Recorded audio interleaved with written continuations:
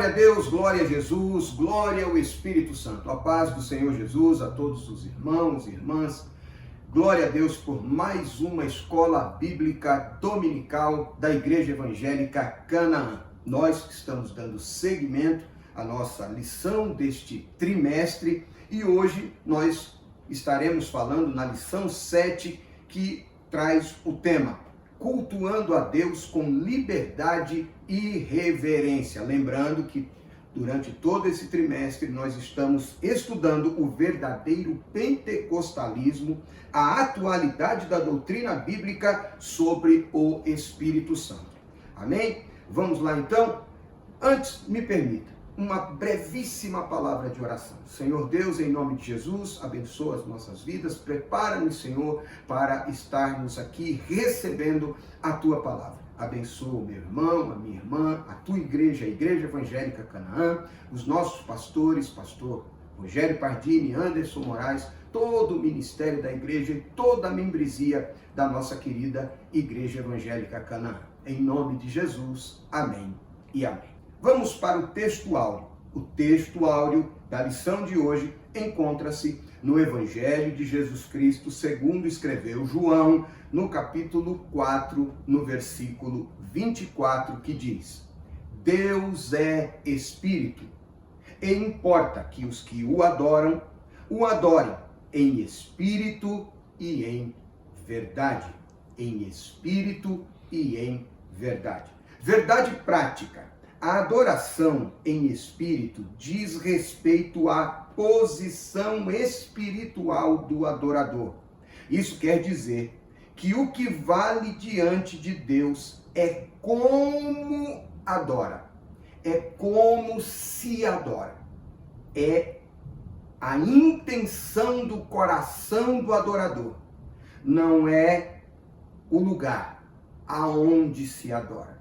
Nem um discurso pronto, uma liturgia pronta, engessada. Óbvio que nós temos princípios de culto, princípios litúrgicos que devem e são observados, mas como pentecostais que somos, que cremos nas manifestações e na atuação da pessoa do Espírito Santo, nós acreditamos, acima de tudo, que acima das liturgias e determinações humanas está o operar de Deus, a atuação do Espírito Santo. Amém? Tendo dito isso, vamos à leitura bíblica em classe. E glória a Deus pela nossa classe aqui na Escola Bíblica Dominical. Escola não presencial, escola online, então ela ganha proporções ainda maiores. Glória a Deus por isso. E a sala de aula é a sala da sua casa, o seu quarto, o seu carro, enfim, aonde você estiver e aonde você puder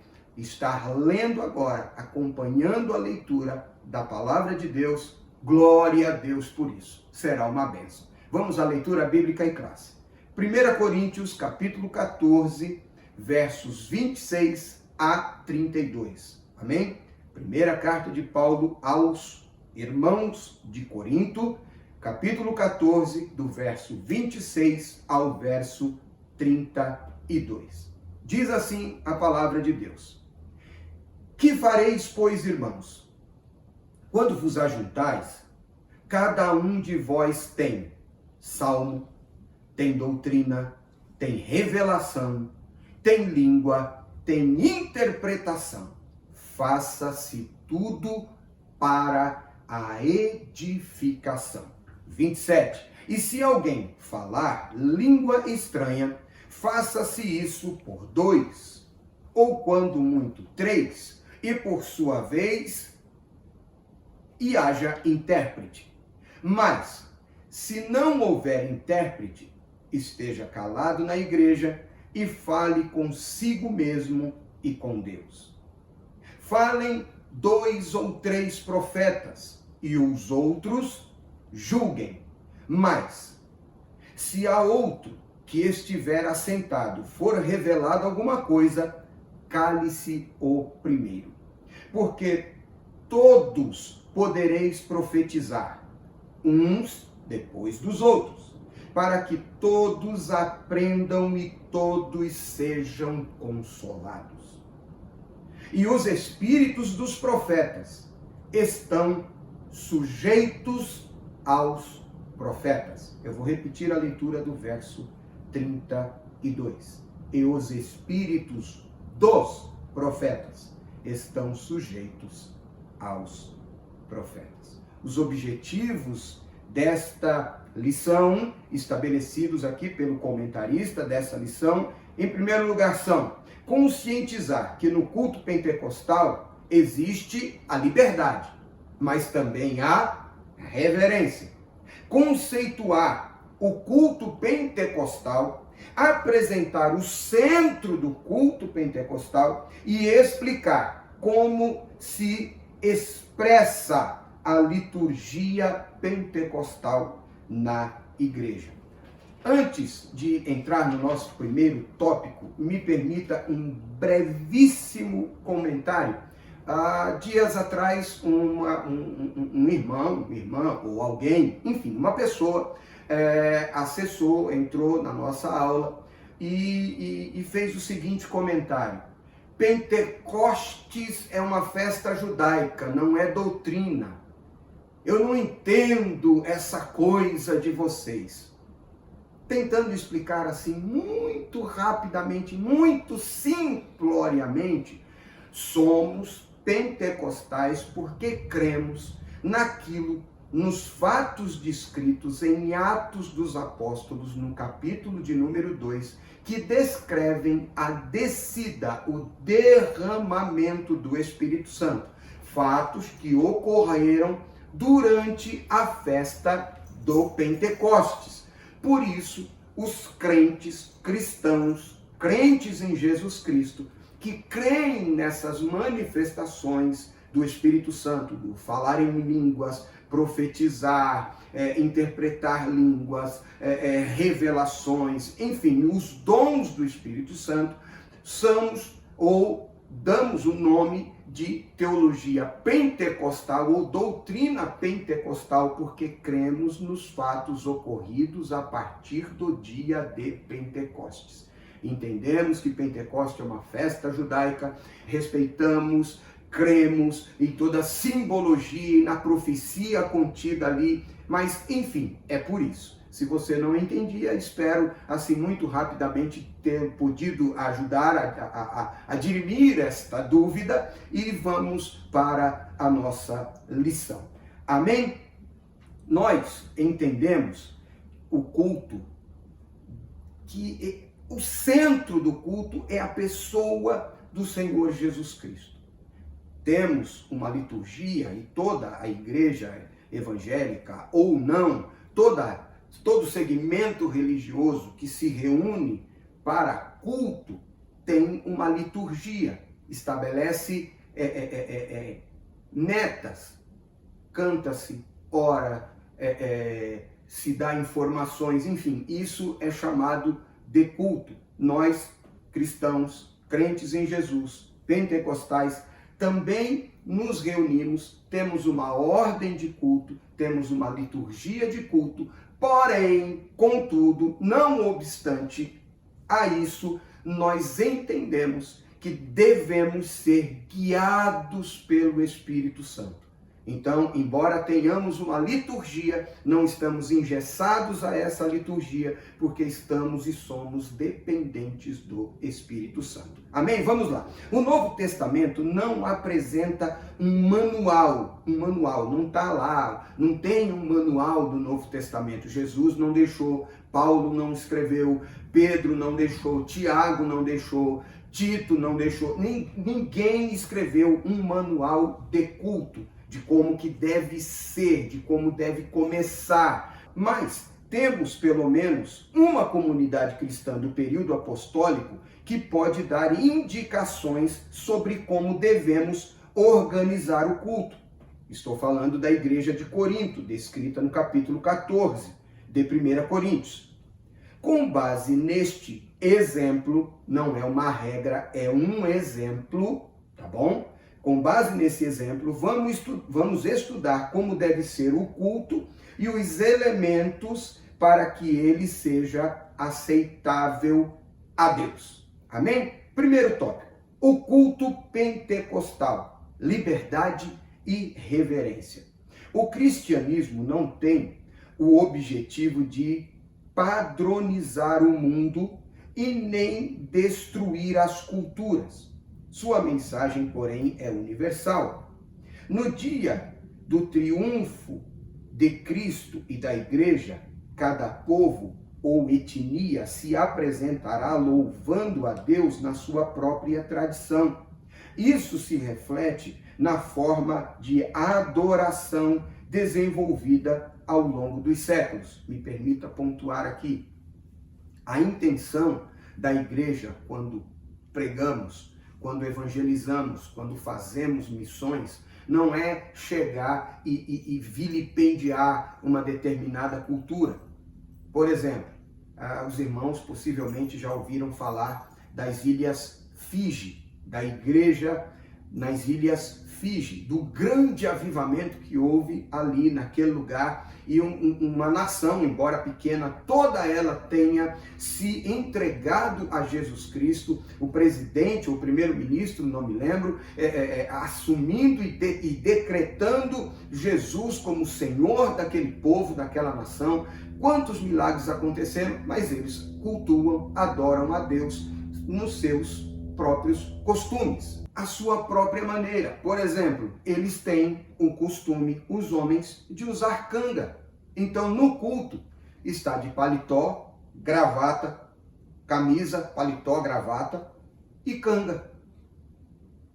A comissão, nós tivemos um congresso pentecostal recentemente no Brasil, a Convenção Mundial das Assembleias de Deus, que é a maior denominação pentecostal do Brasil e talvez do mundo, e a delegação das Ilhas Fiji, quando chegou no Brasil, causou estranheza a alguns irmãos, a alguns obreiros, porque os irmãos estavam de canga. Mas o nome de Cristo está sendo exaltado e a palavra de Deus está sendo pregada. É um costume. Amém? Então isso é só para você entender algumas coisas. É óbvio que isso que eu estou dizendo aqui pode abrir uma série de discussões, mas nós não estamos aqui para um debate, tá bom? A Bíblia diz que ele comprou para si povos de todas as raças, tribos e línguas, tá bom? Então vamos continuar aqui. Não é debate, é uma escola bíblica dominical. Vamos lá. A flexibilização cristã. A religião cristã é flexível quanto à forma de adoração e permite várias liturgias, que fique claro, no que diz respeito à forma de adoração. Não é flexível naquilo que diz respeito ao pecado, porque a Bíblia não relativiza o pecado. Pecado é pecado. E se tem algo que faz separação entre os homens e Deus, é algo chamado pecado. Então, é quanto à liturgia, a condução do culto, o modo do culto que estamos falando. Todos os ramos do cristianismo, incluindo os cristãos nominais, aqueles que dizem ser, mas não são, né? Qual a sua religião? Eu sou cristão. Tá, tudo bem. Vamos lá, vamos seguindo aqui. Tem sua forma distintiva de culto, desde o cerimonialismo ornamental das igrejas, por exemplo, a Igreja Católica Romana, as igrejas ortodoxas e algumas igrejas protestantes, ao modelo simples dos evangélicos, principalmente os pentecostais. Do que ele está falando aqui? É que você chega nessas igrejas, nessas denominações que nós dissemos, você vai ter uma ornamentação, você vai ter figuras, você vai ter a cruz, você vai ter anjos, você vai ter a figura de homens santos da Bíblia, enfim, não se trata daqui de apologética, estou falando da ornamentação. E o modo dos evangélicos, que você chega na igreja, na maioria, principalmente pentecostais, não estou falando dos neopentecostais, pentecostais, não há uma ornamentação nesse sentido, cruz, essas coisas. Não se trata disso, mas Nem que está certo, nem que está errado. Cada uma tem a sua maneira de ornamentar o templo, que faz parte da sua liturgia. Não se deve associar o rigor da liturgia do culto judaico com vários sistemas de culto cristão, nem engessar o ritual cristão em nossos templos. Mas essa flexibilidade tem limites. E por isso deve haver respeito pela estrutura já existente. Vamos ler 1 Coríntios, capítulo 14, verso 40. Mas faça-se tudo decentemente e com ordem. Respeitar a liturgia do culto. Por exemplo, eu congrego numa igreja que eu posso estar congregando, eu, obreiro, posso estar indo para o culto com uma camisa, com um traje mais casual, mais informal, mas tem outra denominação que pede, que recomenda que os seus obreiros estejam de paletó e de gravata, enfim, um traje mais formal, vestido de maneira mais formal. Se eu for convidado ou se eu for participar desse culto, eu senti o desejo de hoje ir cooperar com os irmãos naquela igreja, fazer uma visita, congregar ali. Se eu sei da liturgia, dos costumes, eu vou me adequar à liturgia do culto. Ah, mas Deus não se importa com isso. Amém. Mas é saudável, é educado, é de bom tom eu respeitar os irmãos aonde eu estou visitando. É óbvio que se eu for mais informal, eles vão entender, porque sabem que eu não sou de lá. Sim, vão. Ou não. Nem sempre há essa compreensão. Mas para evitar, principalmente se eu for convidado, para evitar que haja qualquer tipo de indisposição, eu vou da maneira que os irmãos estão habituados. Por exemplo, se eu for convidado para pregar numa igreja evangélica e os irmãos lá têm um costume de usar o colarinho clerical, que é a conhecida gola de padre. Que mal tem eu usar, se eles me pedirem? Nenhum, porque esse é o costume deles. Outra coisa, e talvez possa dar polêmica aqui, mas repito, não é debate, é uma aula de escola bíblica dominical. Se na igreja onde você congrega não há nenhuma restrição às mulheres quanto ao uso de calça, se você for convidado para estar indo num outro lugar e você sabe que lá não se tem esse costume, é educado, é de bom tom respeitar o povo que está lhe convidando, que está lhe recebendo. Então, naquele dia, você também não vai morrer porque vestiu uma saia, você não vai morrer porque vestiu um paletó, uma gravata, você não vai morrer sufocado, enforcado, não tem problema nenhum. É só uma questão de hospitalidade, uma questão de cordialidade, tá bom? É disso que se trata. Você respeita o ambiente de culto aonde você está, tá certo? E além do mais, se eu tenho uma maneira de me vestir para comparecer diante de uma audiência perante um juiz, por exemplo, por que diante da presença de Deus num culto na igreja, pode ser de qualquer jeito? Ou as autoridades humanas têm mais peso, mais relevância, mais importância do que Deus Pai, Filho e Espírito Santo? Um culto ao Deus do céu. Pense nisso. Amém? Vamos lá. O culto. O termo culto é sinônimo de adoração. O termo, a expressão, a palavra culto é sinônimo de adoração. O nosso enfoque é no sentido de adoração.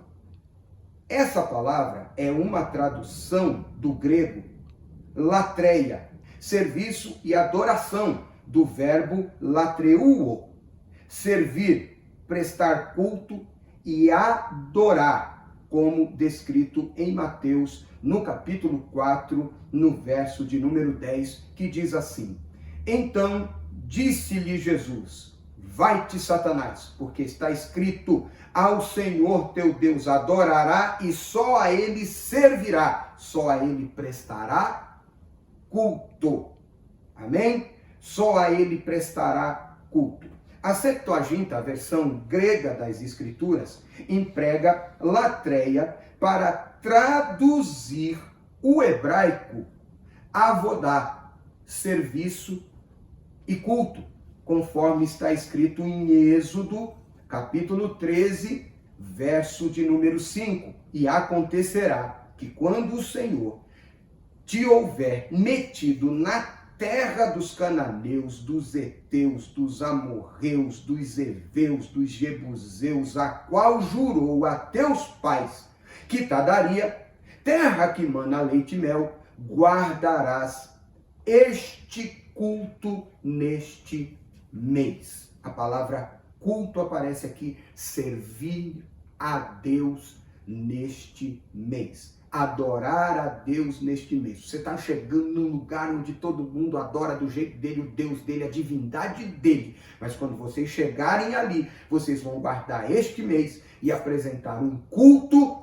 um serviço de adoração ao único e verdadeiro Deus. Amém? Vamos continuar aqui. Essa palavra aparece com esse sentido 3 vezes no Novo Testamento.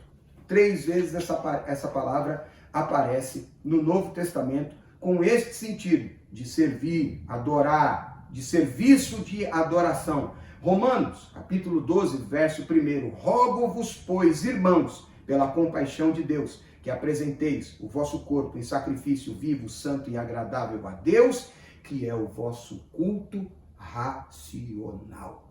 Aí, pegando a palavra adoração e culto aqui, eu faço um comentário sobre aquilo que dissemos na introdução, que não há um manual, uma liturgia descrita no Novo Testamento sobre de como deve ser o culto, mas 1 Coríntios traz a respeito disso um pouco do que pode ser o culto, capítulo 14, e aqui Romanos 12, 1, também nós podemos entender um pouco do como deve ser o culto. Também Eclesiastes 9, verso 1, guarda o teu pé quando entrares na casa de Deus, e inclina-te mais a ouvir do que a oferecer sacrifício de tolos, pois não sabem como fazem mal. Então guarda o teu pé, entra com respeito, entra com reverência quando for prestar um culto de adoração a Deus. Seja pronto a ouvir e cuidado para não oferecer sacrifício de tolo. Vou ler o versículo 2 de Eclesiastes. O comentarista na lição falou de Eclesiastes 5, o verso 2. Me permita ler aqui o verso 2. Não te precipites com a tua boca, nem o seu coração se apresse em pronunciar palavra alguma diante de Deus, porque Deus está no céu e tu estás sobre a terra, pelo que sejam poucas as tuas palavras. Verso 3, porque da muita ocupação vêm os sonhos, e a voz do tolo da multidão das palavras. Tá bem? Então vamos lá. O que queremos dizer com a expressão culto pentecostal é a nossa liturgia, isso é, a forma como adoramos a Deus. E nos textos que li aqui, que acabei de ler para vocês, está um pouco de como é a condução do culto pentecostal, ou de como deveria ser a condução do culto pentecostal. Não é uma regra, são princípios, ideias que são observadas na condução do curso. Terceiro lugar, do culto, melhor dizendo, a reverência no culto. A adoração a Deus é o momento mais sublime da vida humana. Significa essencialmente o reconhecimento, a celebração e a exaltação da majestade divina. Por isso deve ser oferecido esse culto com reverência. 1 Coríntios 14:40. Faça-se tudo decentemente e com ordem. O apóstolo está se referindo ao culto de adoração. O culto é o diálogo de Deus com o seu povo. É um momento de reverência. Havia acima do púlpito de algumas igrejas mais antigas, a expressão de Eclesiastes 5:1 ali gravada acima do púlpito. Guarda os teus pés quando entrares na casa do Senhor teu Deus. Alguém, pegando isso aqui como gancho, alguém duvidaria, alguém acredita que já não é necessário, talvez, não digo acima do púlpito, mas nas laterais do templo, já fazer uso da seguinte expressão: desligue o celular quando entrares na casa do Senhor teu Deus. Porque se o culto a Deus é o momento mais sublime da vida humana, a oportunidade de estar perante Deus e oferecer a Deus um culto de adoração e ouvir a voz de Deus e receber orientações de Deus para a sua vida, por que que naquele momento você vai estar preocupado com outras coisas? Jesus vai mandar um WhatsApp para você, um Telegram, sei lá, que tanto, um torpedo, uma mensagem de texto, um e-mail. Não, ele vai usar o pregador, ele vai usar o profeta, ele vai usar o irmão, a irmã, a vida de um servo de Deus que está ali disposto a se permitir, a ser usado por Deus naquele momento. Se você tem o seu foco em ouvir a voz de Deus, você deve estar desligado das outras coisas e ligado no trono de Deus. Amém? A adoração é um momento de conexão com o céu. E desculpa, não com a internet. A gente já, eu confesso, deixa eu abrir aqui, deixa eu abrir o coração aqui. Eu ainda tenho em menor escala. Às vezes o culto tá tão bom, o negócio tá tão legal, que eu quero mandar para alguém ali. E aí eu esqueço que a nossa igreja tem um departamento de mídia sensacional, fantástico. Os cultos são transmitidos, são registrados e depois é só compartilhar. É que às vezes a gente fica tão empolgado, a gente quer mandar para alguém ali na hora, mas calma, eu entendo, calma, dá para esperar, alguém está registrando e o mais importante, o céu está registrando a tua bênção, você vai ser renovado, abençoado. Então, desliga essas coisas, tá bom? Me permita aqui um breve testemunho. Eu lembro que eu estava pregando numa igreja, não vou citar o nome, mas para o meu azar, naquele dia, eu estava concorrendo com a seleção brasileira de futebol. Porque eu estava pregando no culto e no exato momento que eu estava pregando, a seleção brasileira estava disputando a final da Copa das Confederações. E pasmem, tinha um bocado de gente que estava no culto, na hora da pregação, com o celular acompanhando o jogo. Na hora do culto, dentro da igreja, enquanto a palavra de Deus estava sendo pregada. Eu olhei para o pastor da igreja, fiz um sinal, ele disse: meu irmão, prega. Confesso que foi difícil. Foi um dia que eu preguei com tristeza no coração de ver aquela cena. Mas enfim, que o Senhor nos guarde disso. Que nós possamos guardar os nossos pés, o nosso coração e apresentar, como o apóstolo Paulo escreveu em Romanos, capítulo 12, verso 1, ao entrar no culto, fazermos como Eclesiastes 5, guardar os pés quando entrar na casa do Senhor e depois, pela compaixão de Deus, apresentar os nossos corpos em sacrifício vivo, santo e agradável a Deus, prestando a Ele um culto racional. Que essa seja a verdade da nossa vida. Que Deus nos guarde de tais situações, em nome de Jesus. Vamos lá. Com isso, chegamos ao final do primeiro tópico, e a síntese desse tópico é: a adoração a Deus é essencialmente o reconhecimento, a celebração e a exaltação da majestade divina. Nosso culto deve ser cristocêntrico. O centro do nosso culto deve ser a pessoa bendita do Senhor Jesus. Amém? Vamos lá. Segundo tópico da nossa lição. O centro do culto pentecostal. O centro do culto pentecostal. A igreja é toda a congregação ou assembleia que se reúne em torno do nome de Jesus Cristo como Senhor e Salvador, professando fé nele publicamente e de forma diversificada. Igreja, ajuntamento, vem da expressão grega e latina eclésia, que é o ajuntamento, assembleia de pessoas que se reúnem para adorar uma divindade, no caso aqui, adorar a Deus. Tanto é que a matéria que estuda a igreja na teologia é chamada de eclesiologia, por falar nisso, CETEC, Seminário de Educação Teológica da Igreja Evangélica Canaã. Se você ainda não conhece, entre no site da igreja e se ainda não é inscrito, se inscreva. Certamente será uma bênção. A escola dominical é o primeiro contato que o crente tem com a teologia. Mais adiante você vai para o seminário teológico, vai se matricular e aí você vai estudar e se aprofundar, conhecendo e prosseguindo em conhecer ao Senhor. CETEC. O centro da nossa adoração. Vamos voltar aqui para a lição.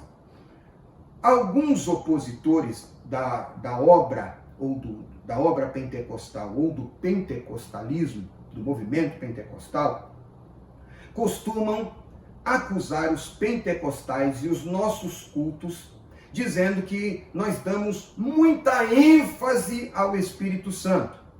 Muita ênfase ao Espírito Santo. Isso, na verdade, é uma maneira sutil que eles têm de dizer que os cristãos pentecostais são montanistas. Montanistas. Você já ouviu essa expressão, montanista? Se não, CETEC. Se não, vem cá, eu vou tentar explicar assim, muito rapidamente, um minutinho só. Montanista, quem são os montanistas? O montanismo foi um movimento fundado por um homem chamado Montano, isso por volta do ano 156, 157 ou até 172 da era cristã, que se organizou e difundiu em comunidades, e se difundiu em comunidades da Ásia Menor, também em Roma e no norte da África.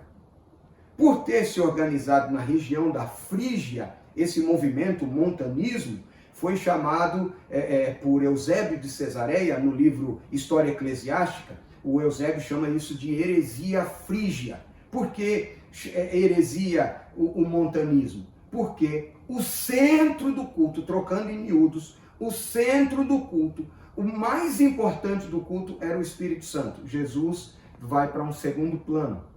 Então, quando as pessoas dizem que os pentecostais dão muita ênfase ao Espírito Santo, é um jeito sutil de dizer que nós estamos cometendo uma heresia, deixando Jesus em segundo plano, somos adeptos do montano, do montanismo e colocamos como centro do culto a pessoa do Espírito Santo. Não. Nós não somos os chamados, os montanistas também se autodenominavam pneumáticos, ou seja, inspirados pelo sopro do Espírito, enquanto os outros cristãos eram considerados psíquicos, muito dados à razão. Não, o nosso culto não é irracional. O cristão pentecostal não é montanista, o cristão pentecostal entende, sabe que só é possível o culto, só foi salvo, só é liberto e só pode glorificar a Deus porque foi alcançado, liberto, salvo pelo sangue de Jesus e que pelos méritos da cruz é que ele se reúne para um culto de adoração a Deus. Mas, como pentecostais que somos, cremos nas manifestações do Espírito Santo e somos guiados e damos liberdade às atuações do Espírito Santo durante o culto. Espero que você tenha entendido o que significa isso. Trata-se de uma interpretação equivocada a nosso respeito. O Senhor Jesus é o centro da nossa adoração e da mensagem pregada pela igreja pentecostal. Se não é em alguns lugares, deveria ser. Porque o centro da mensagem da igreja, que foi comprada pelo sangue de Jesus, o centro do culto é a pessoa de Jesus Cristo. Não é o culto à personalidade, não é o culto aos pregadores, não é o culto aos cantores, não é um culto nem ao Espírito Santo. Embora nós tenhamos os denominados e chamados cultos do Espírito Santo, não significa dizer que estamos nos reunindo em torno do Espírito Santo, rejeitando a pessoa de Jesus ou relegando a pessoa de Jesus a um segundo plano. Nós entendemos que se temos um culto do Espírito Santo, o temos por graça, obra poderosa e misericordiosa, graciosa do nosso Senhor e Salvador Jesus Cristo. Os crentes, quando se reúnem em culto, se reúnem em nome do Senhor Jesus Cristo para um culto de adoração ao Deus Trino, Triuno, Trindade. Reconhecemos Deus Pai, Filho e Espírito Santo, mas o culto só é possível por causa da obra maravilhosa, redentora, salvadora do nosso Senhor e Salvador Jesus Cristo. Continuamos aqui, o credo da maioria das igrejas evangélicas pentecostais traz o seguinte: reunimos-nos como corpo de Cristo para a adoração pública ao Deus Trino. Me permita citar aqui só um trechinho do credo da Igreja Evangélica Canaã. Se você quer saber qual é o credo da igreja, credo! A igreja tem credo? Calma, o credo da igreja é o conjunto de crenças que estabelecem a nossa fé, a nossa regra de fé, vida e prática. Esse é o credo da igreja. Se você quiser saber mais sobre isso, acesse o site da igreja, igrejaevangélicacanaã.com.br, ou adquira, peça para um obreiro no final do culto, um anuário da Igreja Evangélica Canaã, e você vai ter o resumo do que é o credo da Igreja Evangélica Canaã, daquilo que nós cremos. Deus, a Trindade, cremos em um só Deus perfeito e eterno, Criador de todas as coisas, existindo em três pessoas, a saber, Pai, Filho, Espírito Santo, conforme Gênesis 1:26, Isaías 6:8, 1 João 5, de 1 a 7, amém? Então, continuando aqui, um trechinho do credo da Igreja Evangélica Canaã. Jesus Cristo, sobre Jesus Cristo, falei da Trindade, agora vou falar de Jesus. Cremos que Jesus é um unigênito e eterno Filho de Deus, concebido pelo Espírito Santo e nascido da Virgem, que Jesus foi crucificado por nossos pecados, sepultado e ressuscitou dos mortos ao terceiro dia. Ascendeu aos céus e hoje está assentado à destra de Deus Pai como intercessor por nós, conforme Lucas 1:35, Mateus 1:18 a 23 e João 1, do 1 ao 3. Sobre o Espírito Santo, cremos que o ministério do Espírito Santo é glorificar ao Senhor Jesus Cristo. Ele convence o mundo do pecado, regenera e converte o pecador. Cremos no batismo no Espírito Santo, subsequente a um coração puro, Atos dos Apóstolos 1, do 4 ao 8, e que o Espírito Santo concede ao homem o falar em outras línguas como evidência física inicial desse batismo no Espírito Santo, conforme Atos capítulo 2, verso 4. Por isso somos chamados pentecostais.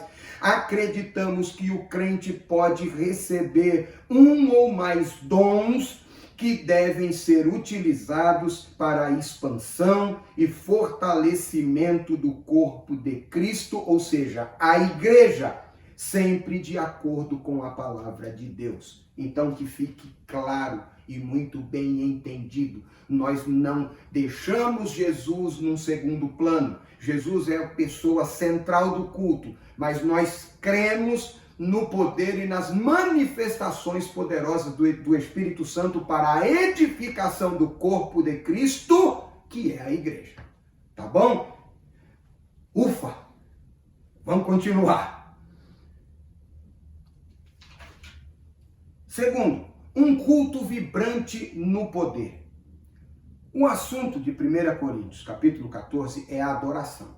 Como deve ser a adoração? Como nós lemos no texto áureo, logo no texto áureo não, na leitura bíblica de classe, já no verso 26, me permita, já no verso 26, Paulo escreve: que fareis, pois, irmãos, quando vos ajuntais?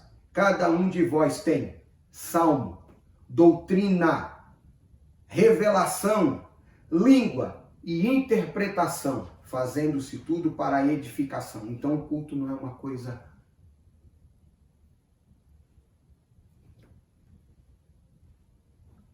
Não. Eu acho que eu me fiz entender. Não. O culto é vibrante. Cada um tem salmo, cântico, que pode ser cântico de alegria ou cântico de lamento, mas tem cântico. Tem doutrina, tem pregação, tem ensinamento, tem manifestação dos dons, na manifestação do falar em línguas, do interpretar línguas e do profetizar. Tá bom? Então o culto é vivo, é vibrante, tem a participação de Deus, de Jesus, do Espírito Santo e dos crentes que são esse instrumento de Deus na condução do culto. Tá bom? Então vamos lá. A expressão paulina, quando vos ajuntais, no verso 26, se refere aos cultos.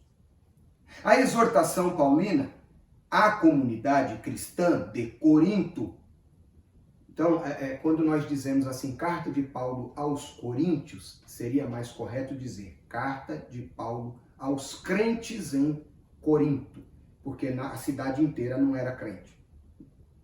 Não, longe disso. Tá bom? Então vamos lá. A expressão paulina, a comunidade cristã de Corinto, nos ensina muita coisa sobre o culto. Entre elas que o culto não era entediante e nem consistia num pregador falando para um rebanho, atento e silencioso, pois havia uma interação dinâmica de compartilhar e receber. Algo que ilustra isso está em outro texto que foi escrito pelo apóstolo Paulo aos irmãos em Roma, aos crentes em Roma. No capítulo 1, verso 11 e verso 12, Paulo escreve assim, porque desejo ver-vos, para vos comunicar algum dom espiritual, pregar mesmo, a fim de que sejais confortados, porque a palavra de Deus conforta, exorta, anima, levanta, admoesta, enfim. Eu quero ir encontrar vocês, eu quero pregar para vocês. Verso 12, isto é, para que juntamente convosco eu seja consolado pela fé mútua, tanto vossa quanto minha. Isso fala de um princípio de mutualidade. Enquanto ele prega, os irmãos são confortados, consolados, abençoados. Os irmãos, à medida que são abençoados, glorificam a Deus. E o pregador, percebendo isso, o Paulo percebendo aquilo, ele juntamente com os irmãos é confortado, alegrado, renovado pelo Espírito Santo. Então, o culto não é um monólogo. É óbvio que só o pregador prega. É óbvio que só o pregador está fazendo o uso da palavra. É óbvio que não tem um microfone para cada crente. É óbvio que você vai ter que esperar a sua oportunidade para falar. Mas enquanto o pregador está falando e você está ouvindo Deus e recebendo Deus, à medida que você é abençoado, você adora, você glorifica, e isso vai motivando, renovando, restaurando, enchendo a vida do pregador. Nesse momento, o pregador, talvez a figura para ilustrar seria um dínamo. Quanto mais gira, quanto mais energia ele produz, quanto mais movimento faz, mais energia ele vai produzir. É assim que funciona. O pregador, o pentecostal, a gente está falando pregador pentecostal. Glória a Deus, não atrapalha pastor pentecostal. Aleluia, língua estranha. Não atrapalha. Embora tenha necessidade de ter ordem no culto. Mas à medida que o povo vai recebendo a palavra, o pregador vai sendo também renovado. O culto não é um monólogo chato, maçante. Isso a gente deixa para a sala de aula. E olha que até na sala de aula a gente tem participação. Porque, olha, eu vou te falar, dá aula para a gente. Eu já tive a oportunidade de trabalhar no curso teológico, de ministrar algumas matérias, algumas disciplinas, e você falar para uma gente que fica assim, quando eu era garoto, falava que fica moco, né? Fica assim, com cara de ué, com cara de sei lá, não sabe se está entendendo, se não está entendendo, se está gostando, se está ruim, se está doce, se está salgado, se está quente, se está frio. A gente fica preocupado. É melhor que faça logo cara feia, que a gente dá um jeito de melhorar, ou que então glorifique a Deus, que ajuda a gente a continuar. Né? Bom, vamos para cá, porque isso aqui, senão vai virar culto. Ô glória. Como diz o pastor Rogério, eu estou sentindo um misterinho na alma. Aleluia. Os crentes não eram espectadores, mas participantes do culto. Isso lá em Corinto. Você não é espectador, você é participante. Você não veio para ver alguém entregar um culto para Deus. Você veio entregar o teu culto para Deus. Tá bom? E aqui me permita abrir um parêntese para uma, não sei se correção, não sei se exortação, mas a gente ora, eu entendo que é a simplicidade do nosso coração, mas tem uma oração que a gente faz que no mínimo está equivocada. Senhor, dai-nos um culto abençoado. É claro que eu entendo que a gente está pedindo para Deus visitar o culto, abençoar os crentes, mas Deus não dá culto para ninguém, Deus recebe culto. Tá bom? Eu sei que você nunca fez por mal e que talvez eu esteja até indo um pouquinho além do que deveria, mas fica a dica, tá bom? Deus recebe culto. Então você vem para a igreja, que você está indo para onde, irmão? Estou indo para o culto, para fazer o quê? Para receber. Ué, você está indo para entregar. E se por misericórdia ele te der alguma coisa, aí você recebe. Tá bom? Mas o objetivo primeiro é entregar um culto de adoração a Deus. Ele recebe e ele derrama a bênção sobre nós, por graça e por misericórdia. Tá bom? Então vamos lá. Não eram apenas espectadores, não somos apenas espectadores. Nada há na instrução paulina, no texto que lemos, de 1 Coríntios 14, do 26 ao 32, que indique ser essa a manifestação dos dons restrita à liderança. Ou seja, o que ele está dizendo aqui, a manifestação dos dons, o Paulo não está dizendo lá, que é só para os líderes, viu? Não é só o pregador que profetiza, não é só o pregador que fala a língua estranha. Enquanto ele está pregando, é só ele que prega. Mas os crentes vão dar lugar para Deus também. Glória a Deus, e aleluia. E, tá entendendo? É assim. Não é privilégio deles, é nosso. É claro que com ordem, com decência. O texto que nós lemos aqui diz, se um estiver profetizando, o outro fica quieto. Depois que um terminar, o outro profetiza. E assim por diante. Mas vamos que isso aqui é mais adiante aqui no culto. Não há nada que indique isso. O contexto sugere a participação dos crentes de forma geral. O culto é de todos para um único Deus. Gostei desse negócio. O culto é de nós todos para um único Deus. Amém? Terceiro, característica do culto pentecostal. Os primitivos cultos eram espontâneos e diferentes das reuniões nas sinagogas. Embora muitas características viessem delas, muita coisa do que nós assimilamos veio a igreja primitiva assimilou, veio da liturgia do culto na sinagoga. Mas isso foi mudando ao decorrer do tempo. Depois você leia Tiago 2:2. A partir do verso 1 até o verso 4, condena-se fazer acepção de pessoas no culto, porque o culto na sinagoga tinha os seus privilegiados, as pessoas de destaque e tal. Na igreja não é assim, tá bom? Então, mas também não é bagunçado, tá? Só para você entender. A liturgia dos cultos contava com oração e cântico. 1 Coríntios 14, verso 15. O louvor faz parte da adoração a Deus desde os tempos antes dos séculos e continuará fazendo até a consumação do século. O louvor é parte importantíssima do culto. Depois você leia Jó 38, 7 e Apocalipse 7, 9. A leitura e exposição das escrituras sagradas aparece como elemento do culto em outra fonte paulina. Persiste em ler, exortar e ensinar. 1 Timóteo, capítulo 4, verso 13. O culto tem que ter pregação, tem que ter leitura da palavra, tem que ter palavra de Jesus. Persiste em ler, exortar e ensinar. Então o culto tem que ter louvor, o culto tem que ter palavra. Esta instrução é uma referência à leitura pública da palavra. Essa referência de 1 Timóteo 4,13. Persiste em ler, exortar e ensinar. As ofertas, chegamos num ponto aqui importantíssimo do culto. As ofertas são parte da adoração bíblica desde os tempos do Antigo Testamento. Desde os tempos do Antigo Testamento, a oferta faz parte do culto. Pastor, você está inventando. Tô não. Eu não vou ler para você. Você vai ler depois. Deuteronômio 26, 10. 1 Coríntios 16, 1 e 2. 2 Coríntios, capítulo 9 e verso 7. Aproveita e leia também os evangelhos. Aí eu não vou dar nenhum número de propósito, tá? De propósito. Eu não vou dar o capítulo nem o versículo. Você vai ler os 4 evangelhos e você vai encontrar lá, isso aqui que eu vou te dizer agora. Mulheres que sustentavam o ministério de Jesus.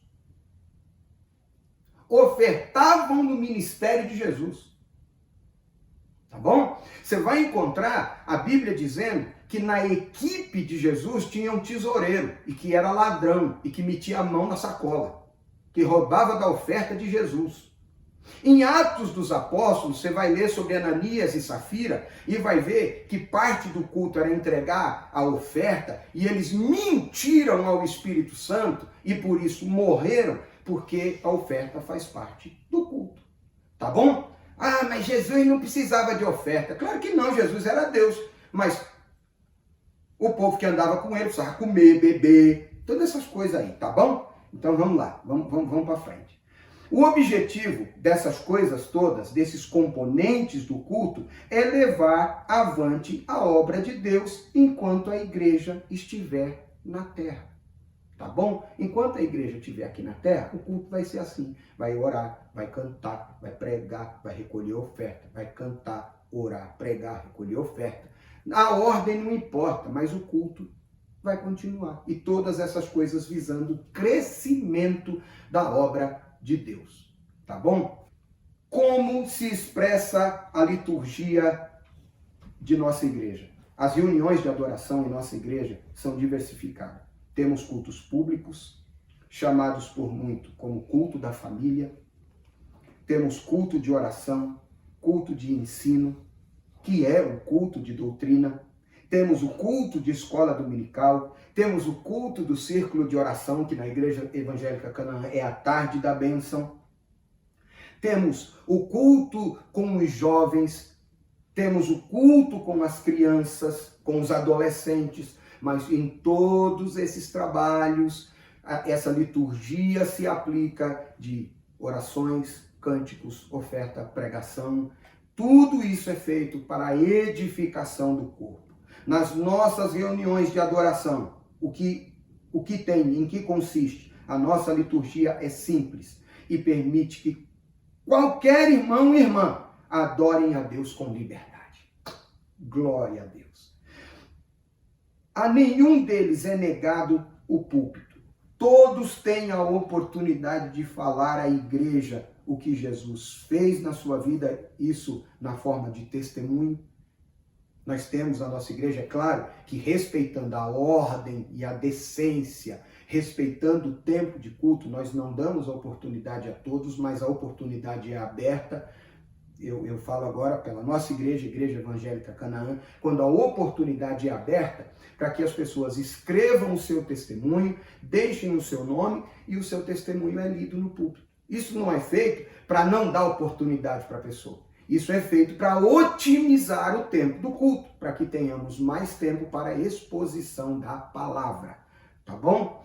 A maioria dos testemunhos, a maioria das participações, ou todas as participações que as pessoas têm, que os irmãos têm no culto, inevitavelmente fazem relatos e trazem relatos bíblicos, testemunhos de milagre, de cura, e tudo isso gira em torno da pessoa de Jesus Cristo e da obra do Espírito Santo. Tá bom? Foi dessa maneira que crescemos e nos tornamos a igreja que somos. Tá bom? O Deus que nos trouxe até aqui, Ele mesmo nos conduzirá pelo seu Espírito até a vinda de Jesus. Essa adoração a Deus, ela deve ser em espírito e em verdade. É muito mais uma condição da interioridade do que do estereótipo, daquilo que eu faço para adorar. É aquilo que realmente me motiva a adorar. Tá bom?